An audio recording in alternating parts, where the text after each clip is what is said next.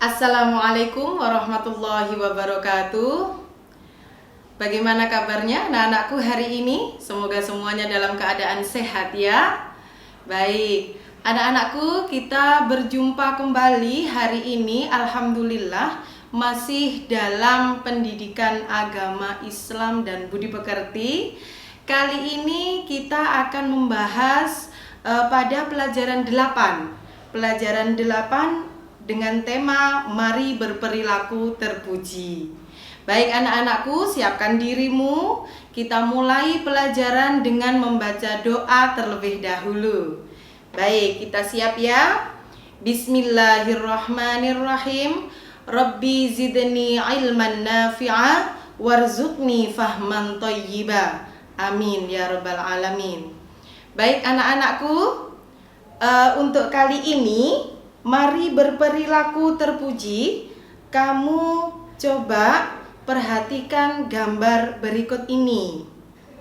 Kira-kira ini Bu Guru akan memunculkan gambar apa ya? Nah, ini kamu amati. Berikut ini ada gambar anak-anak sedang membaca buku. Betul. Seperti kamu biasanya di perpustakaan, yaitu bukunya banyak, itu belakangnya anak-anak sedang giat sekali membaca buku. Buku pelajaran ada, buku cerita ada, buku kisah-kisah Nabi, dongeng juga ada. Baik, anak-anakku, ini adalah salah satu perilaku terpuji.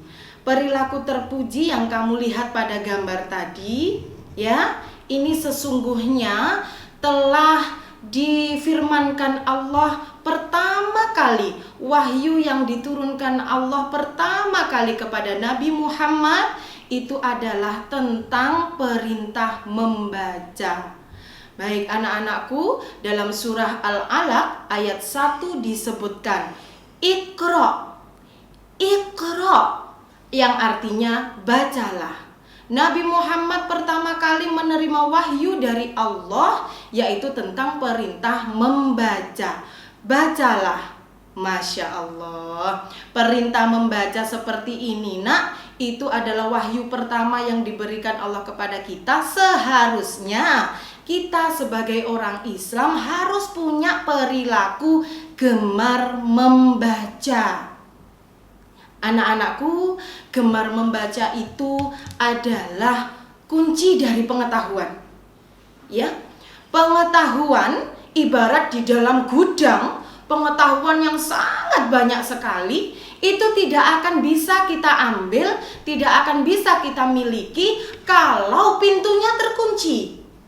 Nah, pintu yang terkunci inilah yang hanya bisa kita buka dengan perilaku gemar membaca. Nah, anak-anakku, perilaku gemar membaca mari kita miliki bersama-sama karena dia adalah kunci dari pengetahuan. Baik, anak-anakku, perilaku gemar membaca itu memberikan kita manfaat yang luar biasa. Kalau kamu memang betul-betul melaksanakan itu perilaku gemar membaca, baca apa saja, ya, baca buku pelajaran boleh, baca buku cerita boleh, baca koran boleh, baca berita di internet boleh, membaca apa saja yang bisa memberikan kita manfaat, memberikan kita pengetahuan yang positif, pengetahuan yang baik, ambil, baca. Jangan malas. Ya. Nah, anak-anakku, manfaat yang dapat kita peroleh dengan perilaku gemar membaca itu antara lain yang pertama, jelas. Orang yang gemar membaca tentu pengetahuannya akan bertambah. Dia akan pengetahuannya bertambah, otomatis. Yang kedua, dia akan menjadi orang yang pintar. Kamu mau jadi orang yang pintar? Coba siapa di sini yang tidak ingin jadi orang pintar? Nggak ada. Semuanya ingin jadi orang pintar. Nah ya, itu tadi pengetahuannya tambah, jadi orang pintar. Nah otomatis kalau sudah pengetahuannya banyak, jadi pintar, hidup itu akan menjadi mudah. mudah. Tidak percaya? Nah, ya orang kalau punya pengetahuan banyak, mau ngapain aja tahu ilmunya. Kipas anginnya rusak, tahu ilmu mesin. Mau bercocok tanam, mau nanam padi, mau tanam tanaman buah-buahan biar sukses, petani yang sukses, tahu ilmunya, gampang.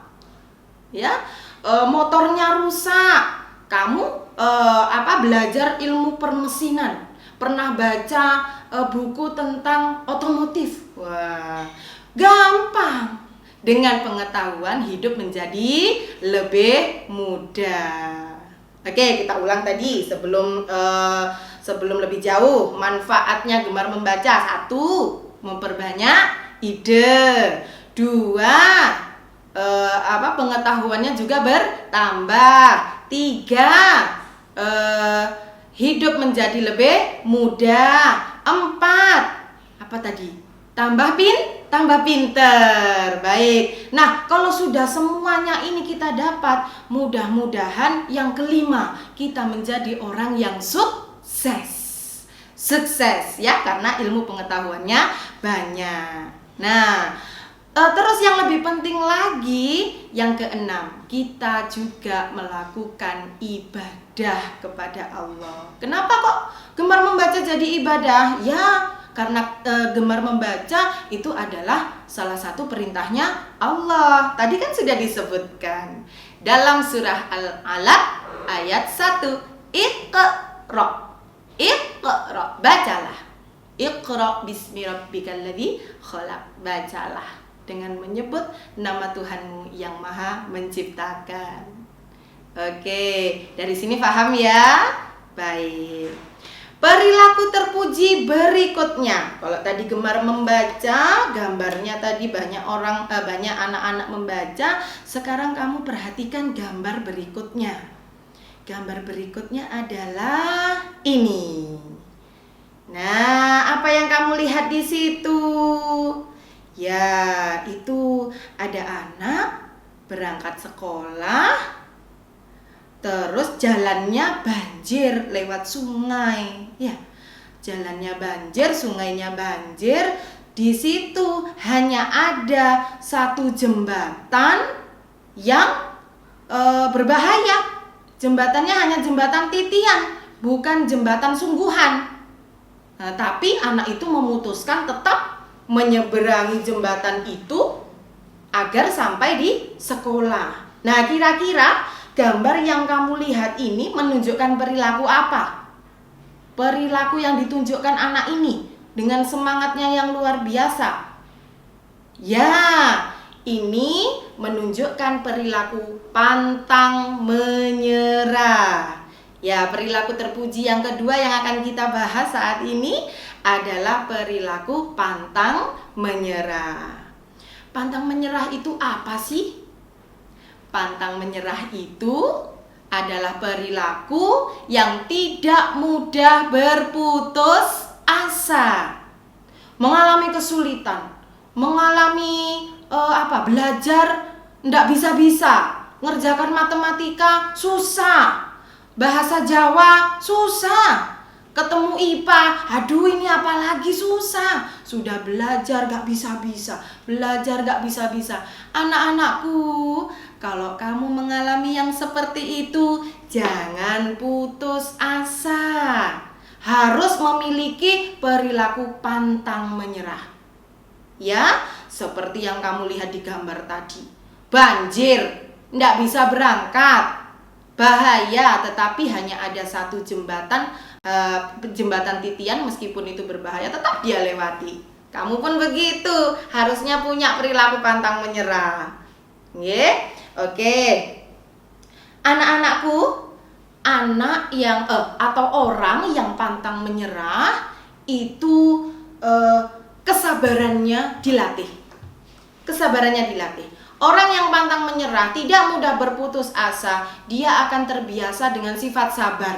Kalau tidak sabar, pasti gampang menyerah, gampang putus asa. Ya, melatih sifat kesabaran adalah manfaat dari perilaku pantang menyerah. Oke, dalam Al-Quran surah Yusuf anak-anak ayat 87 Allah mengatakan kepada kita yang artinya begini. Janganlah berputus asa dari rahmat Allah.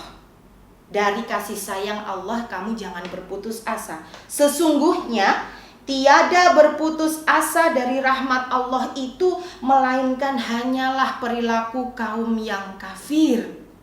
Nah, tentu anak-anak dari surah Yusuf ayat 87 ini kita tidak mau disebut sebagai orang yang ingkar, orang yang kafir kepada Allah, tidak mau. Oleh karena itu Allah itu Ar-Rahman Ar-Rahim, Maha Pengasih, Maha Penyayang. Kamu tidak boleh berputus asa dari rahmat Allah, dari kasih sayang Allah. Setiap rintangan, setiap halangan yang kamu hadapi, hadapi dengan sabar, hadapi dengan sikap pantang menyerah. Oke, bisa ya? Bisa. Ini akan sulit kalau kamu tidak praktek langsung. Lakukan setiap hari. Setiap hari lakukan. Aduh, PR gak mari-mari, PR gak selesai-selesai. Gak apa-apa. Pelan-pelan pasti selesai. Ya, aduh susah ini perkalian. Kok gak hafal-hafal? Gak apa-apa, sabar. Yang penting jangan putus asa. Itu kuncinya ya. Nah, sekarang contoh sikap pantang menyerah di sekolah itu ya, kalau ada tugas sekolah selesaikan dengan tuntas, selesaikan dengan baik. Sabar, latih sikap pantang menyerahmu. Selesaikan tugas sekolah dengan baik. Harus selesai, harus tuntas. Nah, itu salah satu contoh perilaku pantang menyerah. Yang kedua, contoh sikap pantang menyerah lagi. Suka bekerja, tidak berdiam diri. Ya, teman-temannya sibuk membuat karya dari tugas dari gurumu. Kamu diem aja, kamu lihat toh, ya nggak bisa. Nah, ikut melakukan aktivitas, ikut berkarya, ikut bekerja. Nggak enak kalau kamu diem, itu nggak enak. Nah, itu salah satu perilaku pantang menyerah. Ingin terus bergerak, ingin terus bekerja. Ya, itu salah satu contoh perilaku pantang menyerah. Mudah-mudahan dengan perilaku pantang menyerah ini kesabaran kita terlatih. Berikutnya kita bisa menuju cita-cita yang kita harapkan, cita-cita yang kamu impikan. Mudah-mudahan tercapai dengan sifat pantang menyerah. Baik, tetap semangat ya. Sekarang kita lanjutkan ke perilaku terpuji selanjutnya, yaitu sebentar, kamu lihat gambar berikut ini. Mana ya? Oke, ini. Coba perhatikan gambar ini. Menunjukkan apa ini? Ya, menunjukkan anak yang sedang memberikan sedekah kepada pengemis. Betul, sedekah kepada pengemis. Ada pengemis datang, orangnya susah, datang ke rumahmu, diberi uang. Coba siapa yang pernah melakukan seperti ini di rumah? Di rumah, di jalan, ya, di tempat mana-mana. Ya, coba sikap seperti ini menunjukkan perilaku apa ya kira-kira? Dia memberi sedekah kepada orang yang membutuhkan. Dia tidak mengusir pengemis itu. Dia tidak menjadi orang yang sombong. Coba, sifat apakah ini? Ya, betul sekali. Ini adalah menunjukkan sifat terpuji, rendah hati. Oke, anakku, sifat terpuji, rendah hati. Apa sih rendah hati itu? Hatinya rendah, Bu, begitu? Bukan ya. Rendah hati itu artinya sifat tidak sombong, berperilaku santun dan berkata yang sopan. Itu namanya sifat rendah hati. Ya, perilakunya tidak sombong. Anak-anak bicara tentang sombong, Bu Guru jadi teringat firman Allah di surah Luqman ayat 18. Bunyinya begini, artinya begini. Dan janganlah kamu berjalan di muka bumi dengan angkuh atau sombong. Angkuh itu sombong ya anak-anak ya. Sesungguhnya Allah tidak menyukai orang yang sombong, lagi membanggakan diri. Oke, saya ulang. Sesungguhnya Allah tidak menyukai orang yang sombong, lagi membanggakan diri. Coba, sifat sombong ini bahaya. Ya, surga itu sama sekali tidak menerima kalau ada orang yang sombong masuk di dalamnya, tidak diterima. Kamu ingat Nabi Adam? Ya, Nabi Adam diciptakan, kemudian ada makhluk lain yang sombong saat itu. Siapa? Iblis, betul. Iblis merasa dirinya lebih baik daripada Adam. Adam diciptakan dari tanah, saya diciptakan dari api. Tanah dan api tentu lebih mulia api. Ngapain saya harus hormat kepada Adam? Nah, Iblis memiliki sifat sombong. Akhirnya Allah mengusir iblis dari surga. Dulu iblis, malaikat, manusia itu jadi satu di dalam surga. Semuanya adalah ciptaan Allah. Tapi dengan kesombongan iblis, maka kemudian iblis diusir dari surga. Surga tidak menerima makhluk yang memiliki sifat sombong sedikit pun, tidak. Nah, sungguh naudzubillah min dzalik ya anak-anakku, kita termasuk ke dalam orang-orang yang sombong. Ayolah, ya, kita hindari sifat sombong ini, kita berperilaku rendah hati. Rendah hati kepada siapapun. Kepada siapapun. Kamu jadi orang kaya misalnya, alhamdulillah jadi orang kaya. Jangan sombong. Sama teman, enggak boleh pilih-pilih yang kaya-kaya aja. Yang ganteng-ganteng aja, yang cantik-cantik aja sama aku. Ya, yang miskin, yang ini, yang itu, enggak usah. Enggak boleh seperti itu. Itu namanya ada sifat sombong. Rendah hatilah. Sama teman, rendah hati. Sama guru, rendah hati. Bertutur kata yang sopan. Tidak usah pamer-pamer. Tasnya baru, sepatunya baru, pensilnya baru, dipamer-pamerkan. Ini pensilku, mahal ini, mahal. Oh, jangan ya, jangan. Bersikap rendah hati, jangan sombong. Mudah-mudahan kita menjadi orang yang disayang oleh Allah, disayang oleh banyak orang, disayang orang tua dan semua orang di lingkungan kita. Begitu anakku ya. Nah, oke. Ini ada di dalam bukumu. Kamu kalau punya buku pendidikan agama Islam dan budi pekerti seperti ini, yang ini, nah bisa kamu buka itu pelajaran 8. Ada contoh sikap rendah hati dalam kehidupan sehari-hari. Contoh yang pertama, ketemu sama teman, ucapkan salam. Pagi-pagi ketemu sama temannya ya.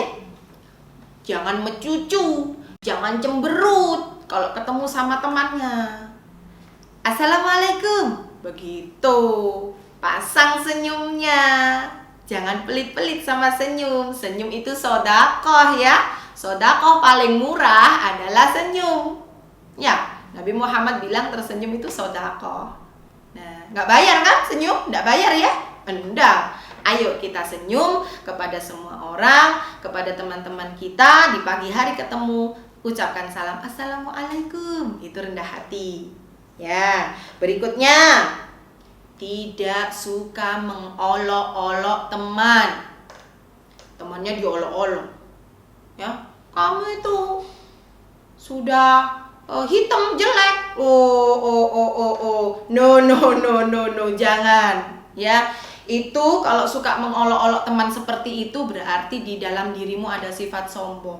Mengolok-olok ciptaan Allah. Memangnya kamu merasa bagus sendiri? Enggak boleh ya. Tidak boleh. Semuanya sama. Allah tidak melihat wajah, rupa, dan lain-lain. Allah hanya melihat hati, iman, takwa seseorang. Jadi jangan mengolok-olok, ya, tidak boleh.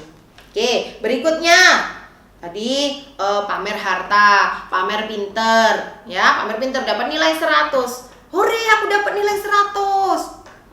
Berapa kamu? 75. Kamu itu bodoh, aku 100, aku kok. Nah, kayak gitu itu jangan anak-anakku ya. Kalau mendapatkan nilai bagus, ucapkan alhamdulillah. Alhamdulillah nilaiku bagus. Ditanya temannya, berapa? 100. Gitu aja. Nggak usah 100, wong saya ya 100. Emangnya kamu? Jangan ya. Jahat itu, sombong itu. Jangan. Rendah hatilah. Suka menolong. Berikutnya perilaku rendah hati, suka menolong, berbagi dengan teman. Pensil nggak bawa, pinjemi. Kamu bawa jajan banyak ke sekolah, kasih, berbagi dengan teman, ya, dan lain-lain. Banyak contoh suka menolong, suka memberi, berbagi, ya. Nah, oke. Kemudian tidak membeda-bedakan teman, tidak pilih kasih. Kayak tadi yang sudah saya jelaskan, jangan milih yang pinter saja, jangan milih yang kaya saja, jangan milih yang cantik ganteng saja, jangan. Semuanya adalah teman, semuanya adalah saudara. Kalau ada temannya kurang pinter, kewajiban kamu untuk ngajari. Kalau ada temannya kesusahan, kewajiban kamu untuk menolong, untuk memberi. Jangan pilih kasih, ya. Semuanya teman, semuanya harus kita berteman jadi satu. Saudara, satu kelas, satu sekolah, itu semuanya saudara. Gitu ya. Yang terakhir, orang yang rendah hati itu sikapnya tenang. Orang yang rendah hati itu sikapnya sederhana, tidak tergopoh-gopoh. Ya, kalau ngerjakan apa-apa tergopoh-gopoh, tenang. Orang rendah hati itu sikapnya tenang, sederhana, tidak perlu wow, ya, tidak perlu heboh, enggak usah. Ya, tenang saja, tunjukkan sikap yang sederhana. Baik anak-anakku, rendah hati, paham ya dari sini? Paham? Oke, paham. Sudah 3 sifat terpuji yang sudah kita bahas ini tadi. Gemar membaca yang pertama, berikutnya adalah pantang menyerah. Kemudian tadi satu lagi adalah rendah hati. Dan terakhir, sifat terpuji yang harus kita miliki adalah perilaku hemat. Nah, perilaku hemat. Mana gambarnya ya? Gambarnya mana ya? Ini. Coba kamu perhatikan gambar ini. Nah, ada gambar apa itu kamu perhatikan? Ya, itu ada gambar anak sedang berwudu mungkin itu ya. Berwudu apa mau mandi itu ya. Nah, yang jelas di situ dia menggunakan air. Bak kamar mandinya penuh ya. Penuh airnya. Ya, tetapi tidak sampai meluber kemana-mana. Oke? Baik anak-anakku, gambar yang kamu lihat tadi itu adalah menunjukkan perilaku hemat air, ya, hemat air. Nah, anak-anakku, air itu harus kamu hemat. Bayangkan kalau kita nggak ada air, yang terjadi bagaimana?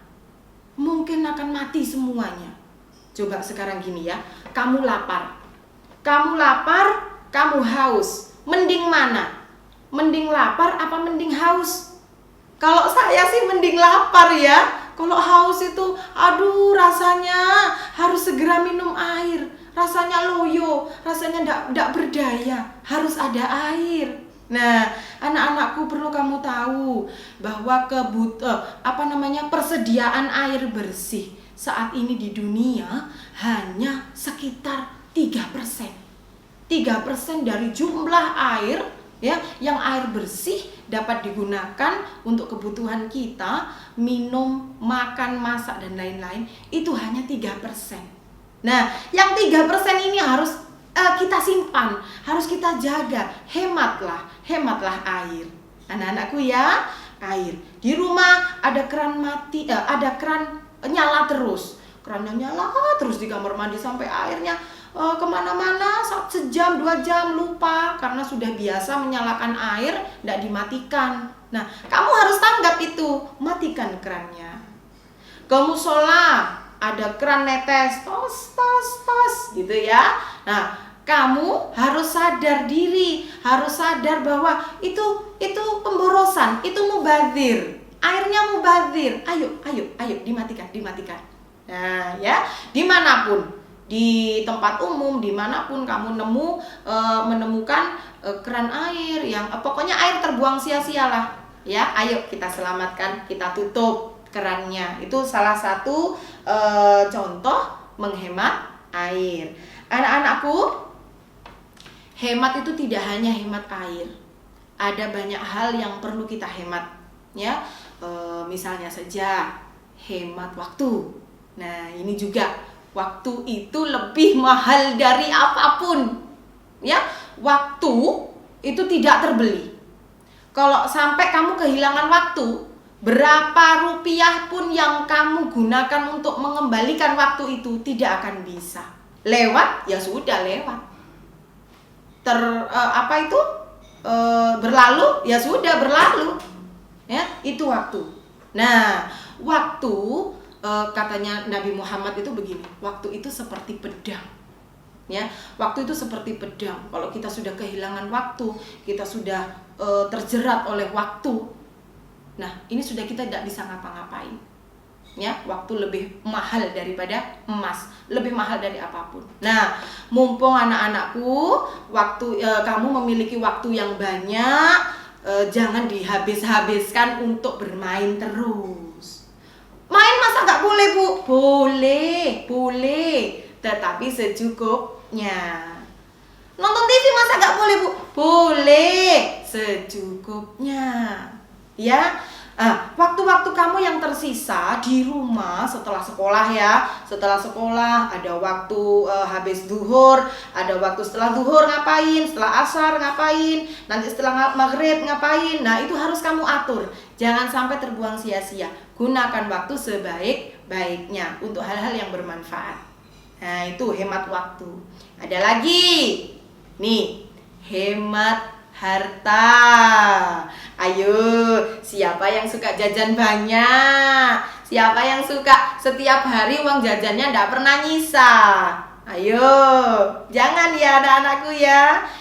Kamu kalau punya uang jajan, biasakan untuk dihemat dengan cara menabung. Bung, ayo nabung gitu ya. Menabung sehari 1.000, besok lagi 1.000, besok lagi 1.000. Loh, 1 minggu tabungannya sudah dapat 7.000. Ya, 2 minggu 14.000, 1 bulan 30.000. Nah, setahun udah berapa? Kalikan sendiri. Nah, ya, itu uang itu meskipun sedikit demi sedikit, itu lama-lama akan memberikan kita jumlah tabungan yang banyak. Nah, itu bisa kita manfaatkan untuk yang lain. Kamu mau lagi butuh tasnya bolong, ya, tasnya sobek karena sudah lama tidak ganti. Bisa, tidak usah minta merengek-rengek sama orang tuamu, tidak usah. Ya, beli sendiri. Bu, saya punya tabungan segini, kalau buat beli tas kayaknya kurang deh, Bu, tambahin dikit, Bu. Nah, ibu pasti mau.